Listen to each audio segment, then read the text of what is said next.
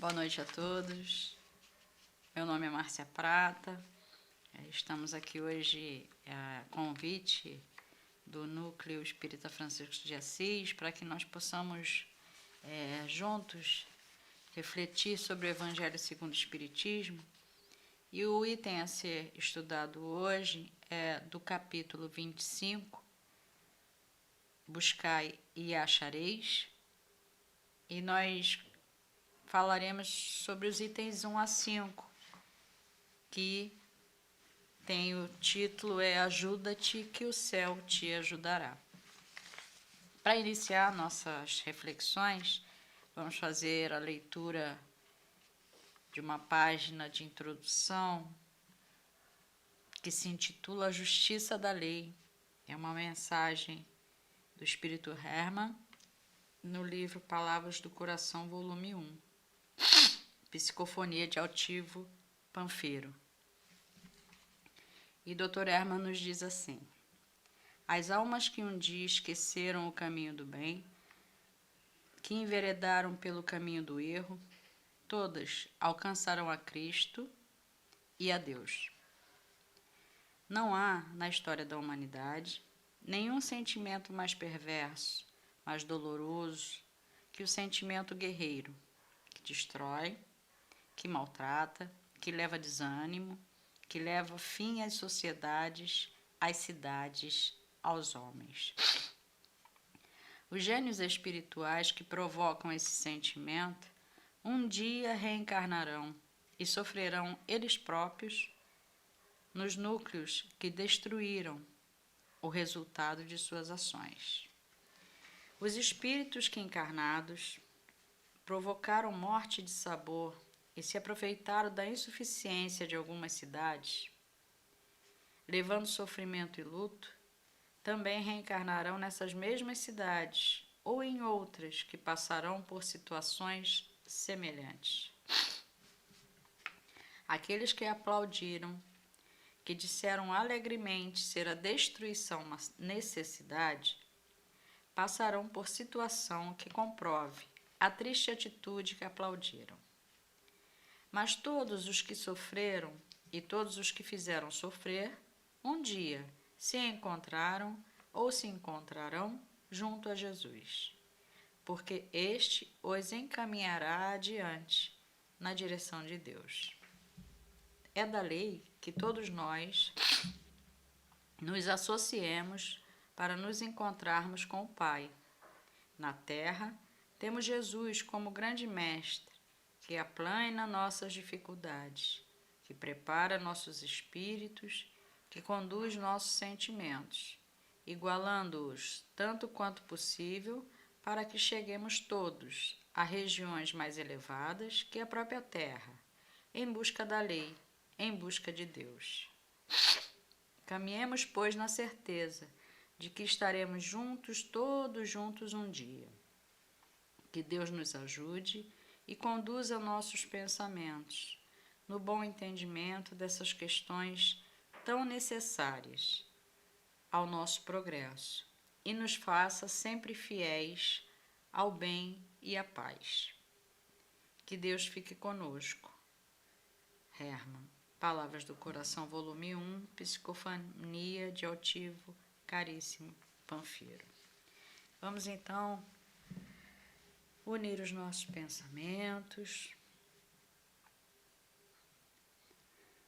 Senhor Jesus, querido amigo, estamos aqui reunidos para iniciarmos os estudos da noite de hoje, as reflexões acerca do Evangelho segundo o Espiritismo, e rogamos o amparo, o fortalecimento, a paz, a harmonia, para que nossas almas possam encontrar um refrigério nas palavras do Teu Evangelho de amor. Que assim seja, com a graça de Deus. Graças a Deus. Como nós já falamos, as reflexões de hoje será sobre o capítulo 25, buscai e achareis. Ajuda-te que o céu te ajudará. E no item 1 nós já temos a seguinte reflexão. Pedi e vos será dado. Buscai e achareis. Batei a porta e se vos abrirá. Porque todo aquele que pede, recebe. O que procura, encontra. E se abrirá aquele que bate a porta. E aí nós temos uma reflexão do Evangelho de Mateus, no capítulo 7, itens 7 a 11,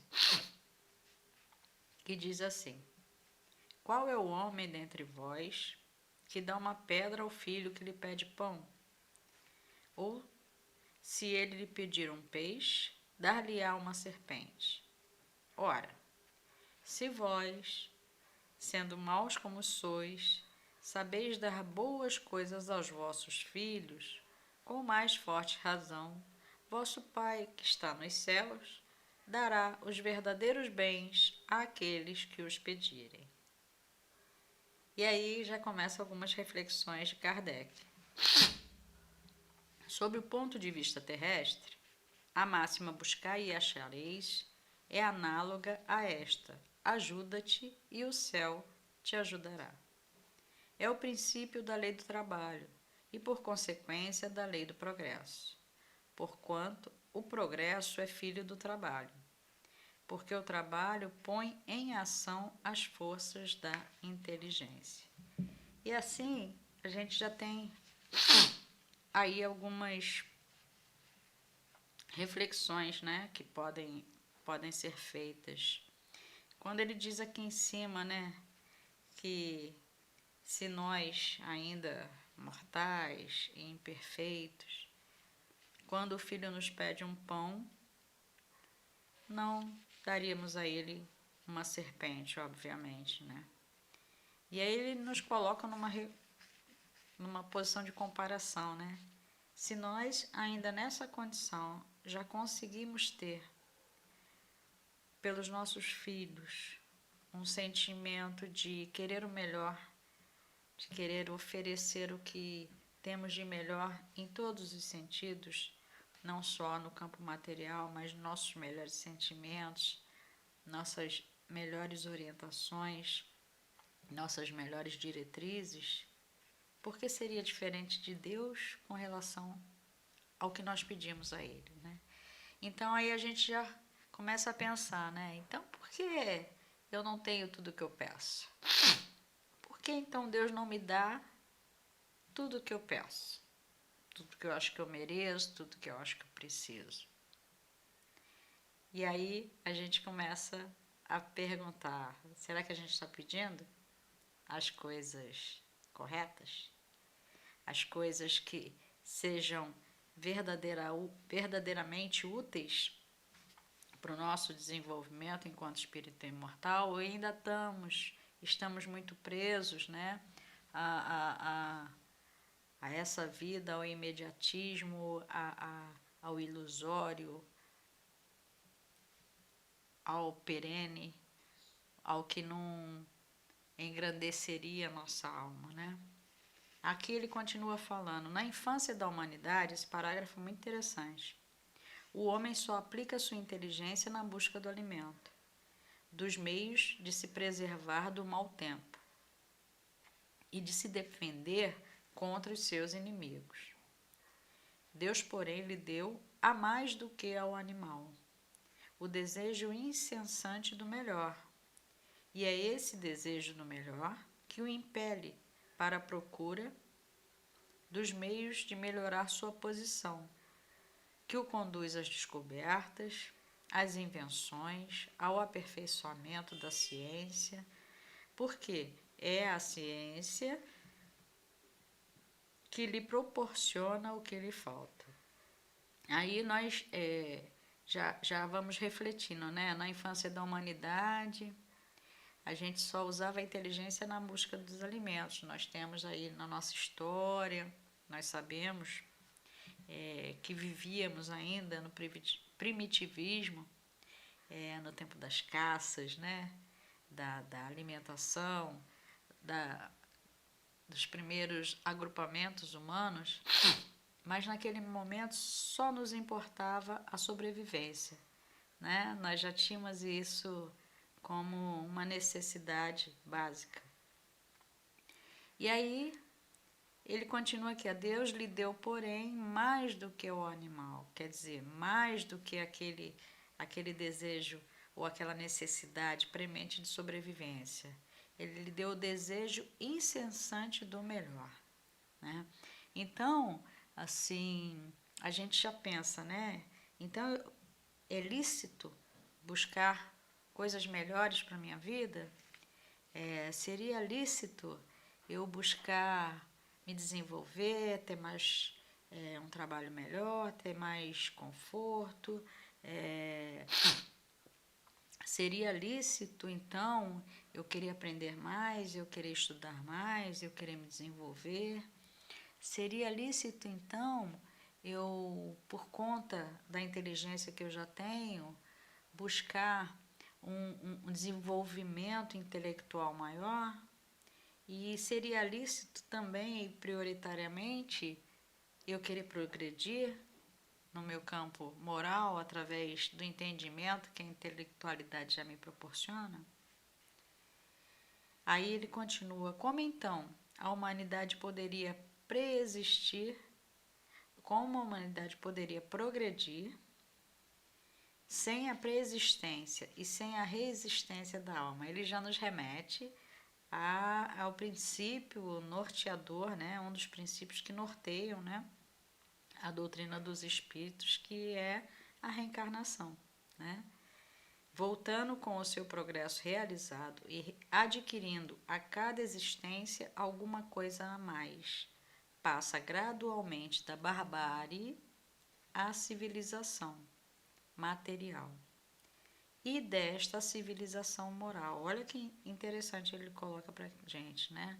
Se lá no início nós apenas queríamos sobreviver, né? Queríamos apenas a nossa alimentação, nos guardar e nos proteger das intempéries da natureza, ao longo das existências, ao longo do progresso da humanidade, ao longo das reencarnações, nós que somos espíritas e acreditamos, né, nesse processo contínuo de desenvolvimento, de progresso da alma através das reencarnações, ele nos diz aqui, né, passamos gradualmente da barbárie, que é naquela situação anterior em que nos víamos apenas sobrevivendo, né, matando os animais para poder nos alimentar, nos precaver, né, das intempéries, morando nas cavernas, enfim, aquelas histórias que nós sabemos.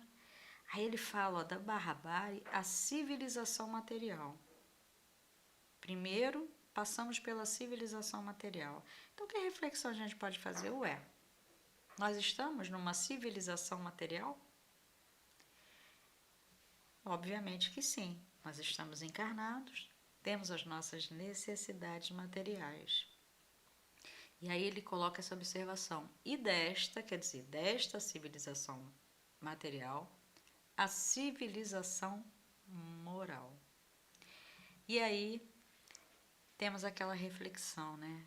Quando a gente fala do evangelho, do que a gente busca aprender, compreender do evangelho para as nossas vidas, a gente sempre fala do evangelho como um consolador, né? As palavras que Jesus nos trouxe, seus exemplos, sua história de vida, suas parábolas, o seu amor. Mas aí a gente compreende que antes disso nós temos a civilização material, para chegarmos à civilização moral. Então nós, através da reencarnação, conseguimos perceber e que nós vamos paulatinamente, gradativamente, através das reencarnações, caminhando pouco a pouco para fazer essa transformação, para chegarmos numa civilização moral. E cada um de nós hoje, o que pedimos? O que buscamos? É para o nosso desenvolvimento material somente? Não que ele não seja válido, não seja lícito, não seja de Deus também, porque, como diz aqui anteriormente no próprio Evangelho, ele dá inteligência ao homem para o seu progresso, além do animal. Em que pé estamos cada um de nós, no íntimo de cada um de nós? Essa busca para nos tornarmos uma civilização moral. No nosso dia a dia, com quem nos afinizamos, o que buscamos, o que pedimos, é para o nosso desenvolvimento moral, intelectual, material, ou todo esse conjunto. E aí ele continua aqui. Se Deus tivesse eximido o homem do trabalho físico, seus membros ficariam atrofiados. O trabalho dignifica o homem, é necessário para cada um de nós. Se o tivesse eximido do trabalho da inteligência, seu espírito ficaria na infância. Eis porque Deus fez do trabalho uma necessidade para o homem. E lhe disse: procura e acharás. Trabalha e produzirás. Dessa forma, serás o filho das tuas obras, delas terás o mérito. Né? É a consequência das nossas ações. Nós mesmos usufruímos disso. Nós trabalhamos, progredimos, criamos, desenvolvemos, evoluímos e somos nós mesmos, nessa ou em outras encarnações, que vamos usufruir disso. Uma vez, no estudo do encontro de Joana de Ângeles, eu lembro que uma das reflexões que foram trazidas, eu não me lembro qual é o tema do estudo, qual ano foi, mas que perguntaram assim: quem serão nossos filhos, nossos netos, nossos bisnetos? E aí podemos ser nós mesmos voltando em outra oportunidade reencarnatória, né? E aí a reflexão foi: o que a gente está fazendo hoje para deixar para os nossos filhos, nossos netos, nossos bisnetos? O que nós estamos plantando para que nós mesmos possamos colher amanhã, numa próxima encarnação? É uma reflexão, é um convite à reflexão. Aí no item 4 ele diz assim: não, os espíritos não veem livrar o homem da lei do trabalho, mas mostrar-lhe o objetivo que deve alcançar e o caminho que a ele conduz, dizendo-lhe: anda e tu o atingirás. Encontrarás pedras sob teus passos. Olha e afasta-as tu mesmo. Nós te daremos a força necessária se a quiseres empregar. Aqui ele está dizendo da nossa caminhada, né? Teremos aí pedras no meio do caminho, mas quando ele diz aqui que afasta-as tu mesmo, entregas em nossas mãos a responsabilidade de nos esforçar nessa caminhada, sobrepujar essas dificuldades e seguir. E seguir. Para alcançar. Mas alcançar o quê? Qual o objetivo? Qual o caminho que estamos buscando? Aí no item 5 ele diz: sob o ponto de vista moral, estas palavras de Jesus significam: pedi a luz que deve iluminar o vosso caminho. Olha já a diferença de paradigma, né? É pedir qualquer coisa? É pedir pensando somente no agora? É pedir para tirar as pedras do caminho no nosso lugar? Ou é para pedir luz que deve iluminar o nosso caminho? E ela vos será dada, ele nos diz. Pedi forças para resistir ao mal e recebereis. Pedi assistência dos bons espíritos e eles virão vos acompanhar. E como o anjo de Tobias, eles vos servirão de guias. Companhia de quem é que a gente busca? A companhia de quem é que a gente tenta se afinizar? Quem que a gente pede para estar junto conosco? Pedi bons conselhos e eles jamais vos serão recusados. A gente pede, mas muitas vezes não quer ouvir a resposta, né? A gente quer ouvir a resposta, normalmente, que a gente quer ouvir, e não necessariamente a resposta que a gente tem. Pedi bons conselhos e eles jamais vos serão recusados. Batei a nossa porta e ela vos será aberta. Mas pedi sinceramente, com fé, fervor e confiança. Como é que está a nossa fé nesses tempos tão atribulados que a gente está vivendo? A gente acha que não tem jeito? A gente acha que, meu Deus, onde será que isso vai parar? Ou a gente tem a fé que Jesus é o governador do nosso planeta e que ele está ali tomando conta de tudo? Pedi sinceramente com fé, fervor e confiança. Apresentai-vos com humildade e não com arrogância. Sem isso, sereis abandonados às vossas próprias forças, e mesmo as quedas que sofrerdes serão a punição do vosso orgulho. Esse é o sentido destas palavras do Cristo. Buscai e achareis. Batei e se vos abrirá. E para que possa nos ajudar a essa reflexão da mensagem do Evangelho de hoje, eu fui buscar aqui no livro Pão Nosso, no capítulo 109, na lição 109. O título é 3 imperativos. E aí, essas mensagens desse livro é de Emmanuel, né? Psicografia do Chico.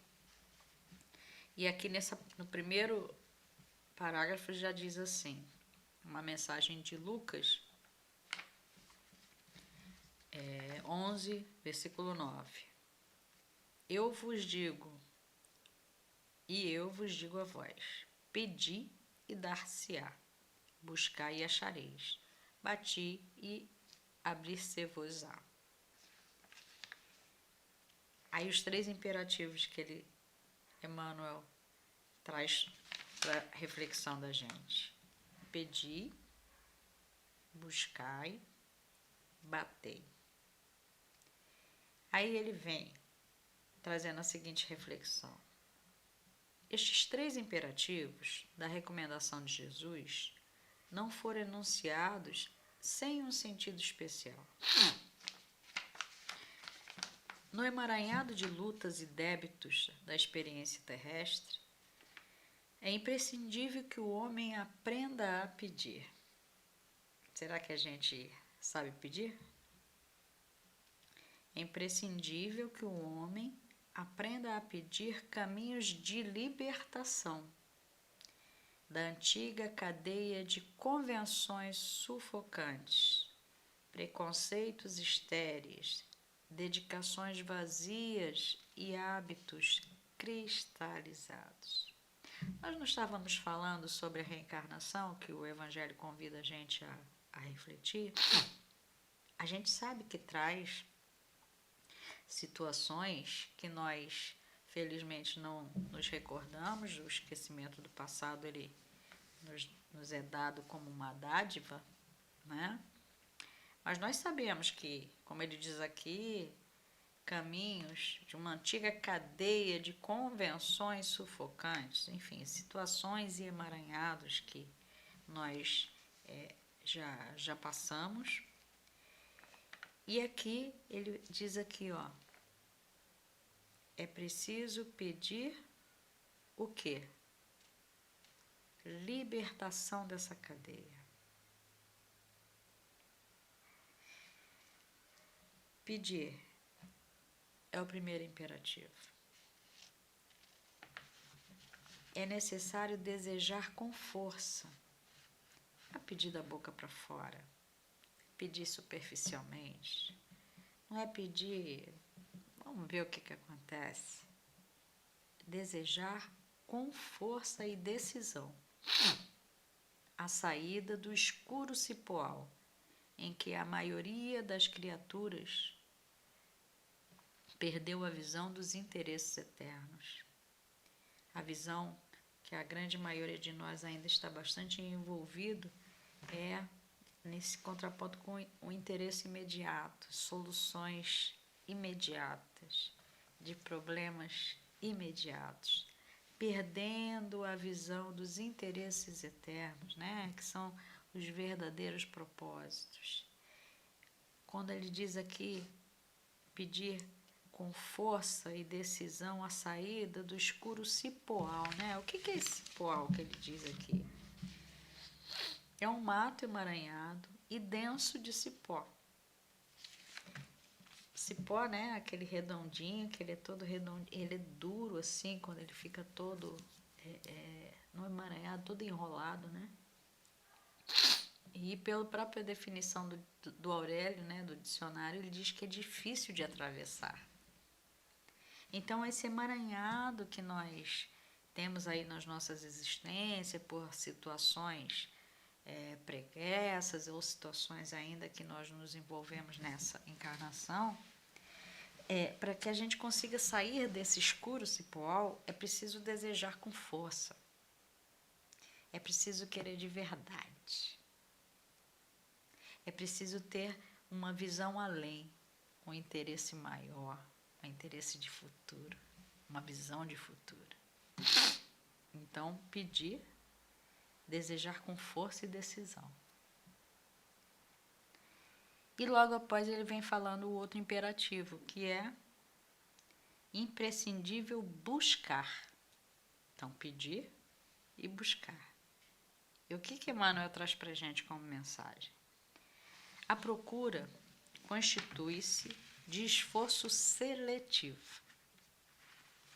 O campo é repleto de solicitações inferiores, algumas delas recamadas de sugestões brilhantes. Esforço seletivo, né? A gente tem na nossa vida muitas possibilidades, muitos convites, né? Muitos caminhos. E nós precisamos, tendo aqueles interesses eternos, uma busca, né, de futuro com valores elevados, temos que selecionar. Esse esforço seletivo que ele está dizendo para a gente, nós temos que fazer escolhas. Fazemos escolhas todos os dias. Fazemos escolhas todos os instantes, no mesmo dia. E esse conjunto de escolhas, de esforços, vai constituir os esforços da nossa vida. As escolhas que nós fazemos para a nossa vida, como resultado da nossa vida, né? Aí ele diz, é indispensável localizar a ação digna e santificadora. Nessa seleção que temos que fazer diária, nós temos de tudo. Aí, ó, localizar a ação digna e santificadora. Nessas escolhas, a gente tem que pensar. Lembra da inteligência que o Evangelho está falando para a gente, que Deus nos deu, né?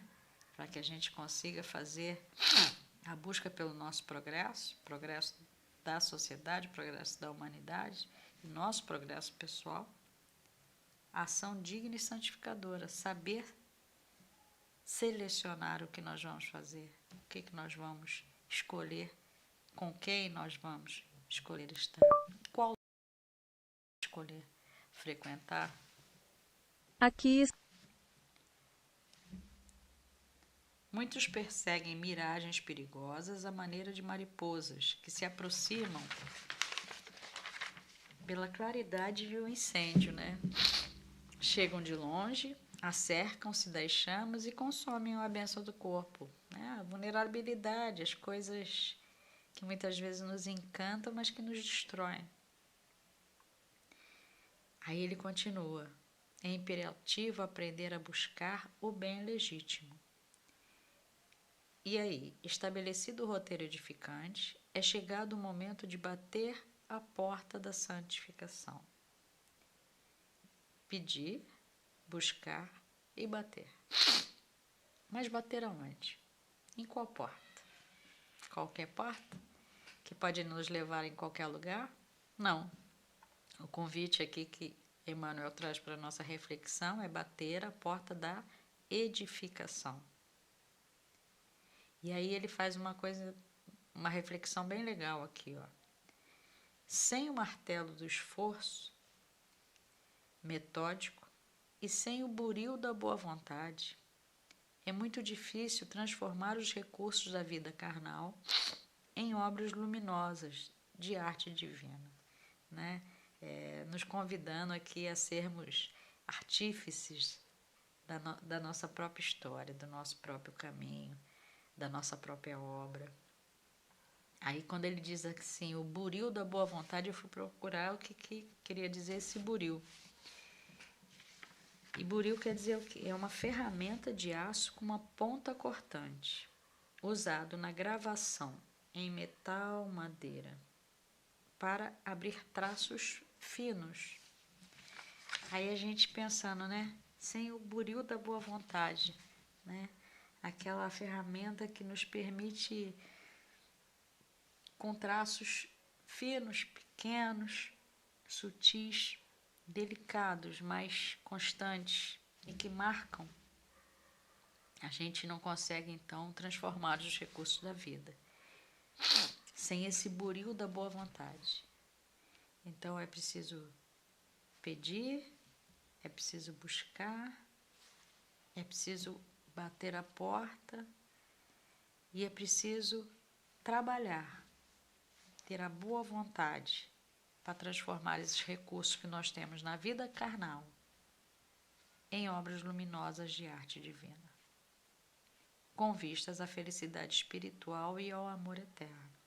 É uma visão lá na frente, não é uma visão dessa vida, não é uma visão do agora, não é uma visão restrita, não é uma visão torpe.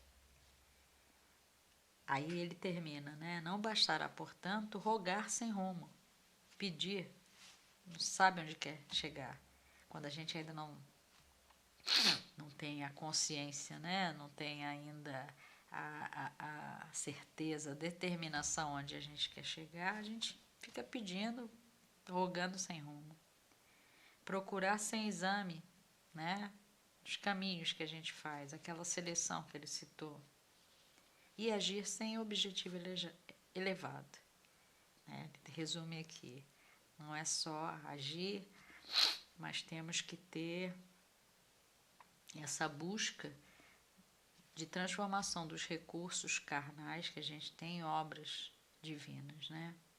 Para a felicidade espiritual, não uma felicidade pueril, uma felicidade superficial, né?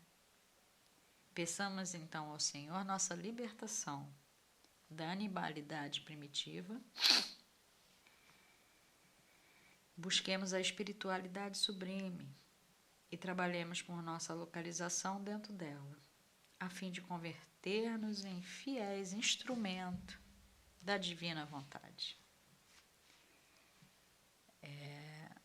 Se Deus Se nós, encarnados, se um filho nos pede pão, nós não damos uma serpente, Deus, a divina vontade, vai querer nos proporcionar o que se nós pedirmos, buscarmos e bater no caminho correto.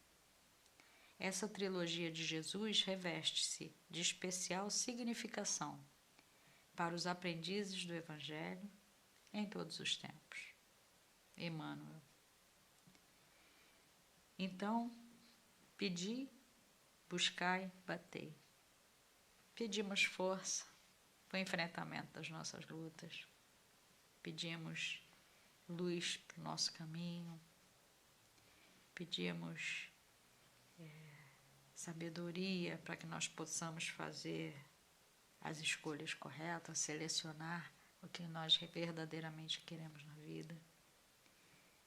Buscar o caminho correto que o Evangelho traz para a gente. O caminho que o Evangelho nos mostra é um caminho de paz, de harmonia. Jesus, na sua caminhada, ele não nos deu um exemplo de